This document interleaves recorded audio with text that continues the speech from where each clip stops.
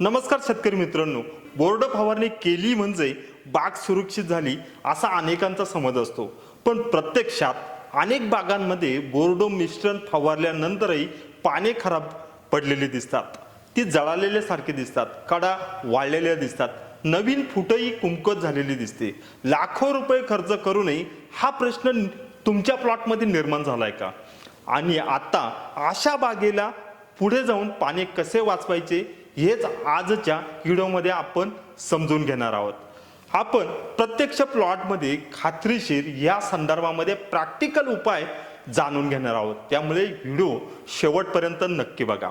मित्रांनो, पावसाळ्यात द्राक्ष बागेत डाउनी, मिल्ड्यू असेल किंवा करपा असेल यासारख्या बुरशींचा प्रादुर्भाव बागेवरती झालेला दिसतो. त्यामुळे अनेक शेतकरी घाईघाईने बोर्डो मिश्रणाची फवारणी करतात. पण बोर्डो हे औषध नाही तर एक प्रोटेक्टंट आहेत किंवा संरक्षणात्मक पद्धतीनं काम करतं, ही गोष्ट बरेच वेळा शेतकरी लक्षात घेत नाही. त्यामुळे रोग आधीच पानामध्ये शिरलेला असतो किंवा फवारणी चुकीच्या पद्धतीनं झाल्यामुळेही बोर्ड फवारणी करूनही प्लॉटमध्ये पानं खराब झालेली दिसतात. आता ह्यामध्ये पहिली चूक म्हणजे बोर्ड मिश्रणाचे चुकीचे प्रमाण. बऱ्याच वेळा कॉपर सल्फेट असेल किंवा चुना असेल यासारखे मिश्रण बनवताना बऱ्याच वेळा व्यवस्थित त्याचं मिश्रण न जमल्यामुळे सुद्धा बऱ्याच वेळा प्लॉटमध्ये बोर्ड फवारणी करूनही आपल्याला पाने खराब झालेले दिसून येतात. आता यानंतर दुसरी चूक म्हणजे जी प्लॉटमध्ये आपल्याला बघायला मिळते ती म्हणजे फवारणीची वेळ. जर फवारणीनंतर काही तासात जोरदार पाऊस झाला तर बोर्डचे जे काही संरक्षणात्मक जो सुरुवातीला थर असतो हा धुतलेला जातो. उलट पानांवरती ओलसरपणा आणि जास्त कॉपर साचल्यामुळे काही ठिकाणी पाने अजून जास्त खराब झालेली जाण्याची शक्यता जास्त वाढताना दिसते. पण खरी गोष्ट अजून बाकी आहे. अनेक वेळा शेतकरी बोर्डोला दोष देतात, पण प्रत्यक्षात बागेत आधीपासूनच जर डाउनी मिल्ड्यूची किंवा करप्याची लागण झालेली असेल तर बोर्डो या रोगांवरती काम करताना दिसत नाही.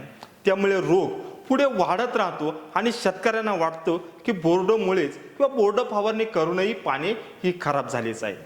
आता याच ठिकाणी अनेक शेतकरी गोंधळलेले दिसतात. जर तुमच्या बागेत अशी लक्षणे दिसत असतील आणि नेमके कारण समजत नसेल तर अंदाजाने औषध बदलू नका. तुम्ही आमच्या ऑनलाईन पीक सल्ला सेवा द्राक्ष शेड्यूल बुक याचा फायदा घेऊ शकता. तुमच्या बागेचे फोटो व्हॉट्सअपवरती पाठवा. छाटणीची तारीख आणि सध्या वाढीचा जो काय टप्पा असेल यावरती आमची टीम तुम्हाला प्रॅक्टिकल पद्धतीनं अभ्यास करून योग्य मार्गदर्शन करण्याचा प्रयत्न करेल. अधिक माहितीसाठी 99 21 31 45 60 किंवा 93 71 72 54 21 या क्रमांकावर व्हॉट्सअपवरती संपर्क साधा किंवा कॉल करा. आता जी चूक सांगणार आहे ती बहुतेक शेतकरी करतात. बोर्ड फवारणीनंतर लगेच दुसरे कॉपरयुक्त औषध किंवा बोर्ड पुन्हा एकदा मिसळून फवारणी याची केली जात असते. यामुळे पानांवरील ताण आणखीन वाढत असतो. म्हणून लक्षणे दिसल्यानंतर प्रथम बागेची परिस्थिती समजून घेणं गरजेचं असतं आणि त्याचे कारणही समजून घेणं महत्त्वाचे असतात. जर हवामान सतत ढगाळ हवामान असेल, पानांवरती करपा आलेला असेल, त्याचे डाग दिसत असतील, डाउनी मिल्ड्यू आल्याची खात्री होत असेल, उपचारात्मक बुरशीनाशकांची गरज अशा वेळी असते. या परिस्थितीमध्ये मार्केटमध्ये उपलब्ध असलेलं रिव्हर्स सारख्या ज्या काही केमिस्ट्री आहेत यांची फवारणी जर तुम्ही या काळात एखादी करून घेणं फायदेशीर ठरतं. तसंच इतरही त्यासारखे बुरशीनाशक आहेत त्याचाही वापर तुम्ही करू शकता. त्याचा 200 लिटर पाण्यासाठी योग्य त्याचा डोस घेऊन बागेवरती फवारू शकता. परिस्थिती जर खूप चिंताजनक असेल त्याच परिस्थितीमध्ये याची फवारणी घ्यायची आहे. आता जर तुमच्या बागेवरती रोगाचा प्रेशर खूप वाढलेला आहे अशा परिस्थितीमध्ये तुम्ही कर्जत सारखे जे काही बुरशीनाशक आहेत याची एखादी फवारणी द्राक्ष बागेवरती घेऊ शकता. पण जर सतत पावसामुळे पाने कमकुवत झाली असतील तर रोग नसताना विनाकारण खतांची किंवा बुरशीनाशकांची फवारणी करणं बऱ्याच वेळा चुकीचं ठरतं. अशा परिस्थितीमध्ये कॅल्शियम, मॅग्नेशियम किंवा सिलिकॉन यासारखी जी काही अन्नद्रव्ये आहेत त्यामध्ये पोटॅशियम सिलिकेट आहेत यासारख्या अन्नद्रव्यांचा वापर तुम्ही द्राक्ष बागेवरती करू शकता। बऱ्याच वेळा मॅग्नेशियम कमतरता स्पष्ट दिसत असल्यास मॅग्नेशियम सल्फेट योग्य प्रमाणात व त्याचा प्रमाण घेऊन त्याचा जर वापर केला ते किंवा त्याची फवारणी केली तर त्याचा फायदा होऊ शकतो। अशा परिस्थितीमध्ये जर तुम्हाला फर्टिगेशनची गरज असेल आणि बाग वाढीच्या अवस्थेत असेल किंवा थोड्याशा काड्या आलेल्या नसतील, अशा परिस्थितीमध्ये तुम्ही 0050 असेल किंवा SOP असेल यासारख्या खतांचा वापर जमिनीतून असेल किंवा फवारणीतून सुद्धा करू शकता।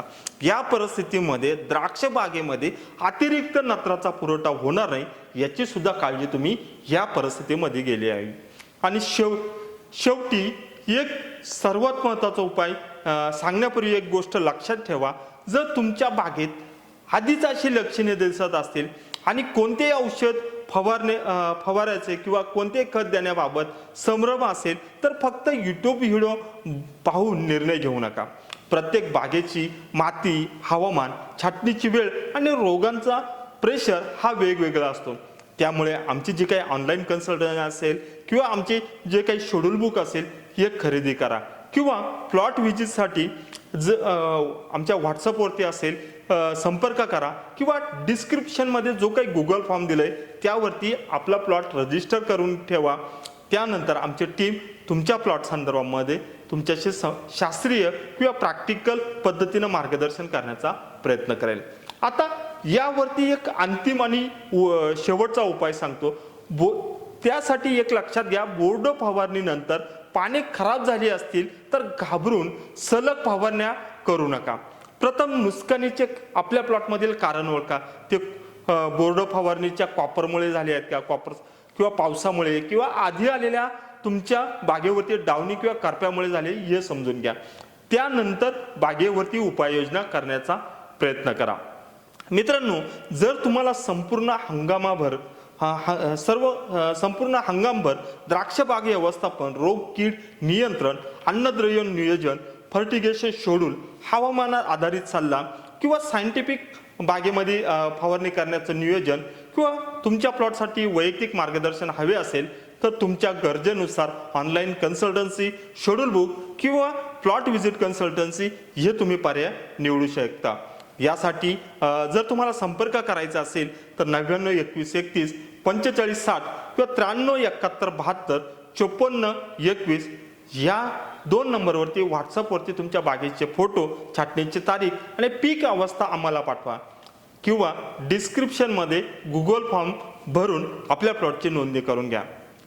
शेतकरी बांधवांनो, आजच्या व्हिडिओतील महत्त्वाचे मुद्दे आपण शेवटी पुन्हा एकदा लक्षात घेऊया। सगळ्यात पहिले लक्षात घ्या, बोर्डो मिश्रण हे उपचारात्मक काम करत नाही, म्हणजे तुमचा रोग आल्यावर काम करत नाही, ते रोग येण्या अगोदर द्राक्ष बागेवरती त्याची फवारणी करायला हवी। बोर्ड फवारताना चुकीचे प्रमाण किंवा चुकीची वेळ यामुळे तुमच्या द्राक्ष बागेत बोर्ड फवारणी करू नये, पानांचे नुकसान होऊ शकतं। डावणी मिल्ड्यू असेल किंवा करपा असेल हे फक्त बोर्ड फवारणी करून उपयोगाच्या वेळेस ठरत नाही। योग्य निदान झाल्याशिवाय खत किंवा अनावश्यक औषधांची फवारणी बागेवरती करायचे टाळा। हवामान, पीक अवस्था त्यानंतर याचा विचार करून तुम्ही द्राक्ष बागेमध्ये निर्णय घ्या।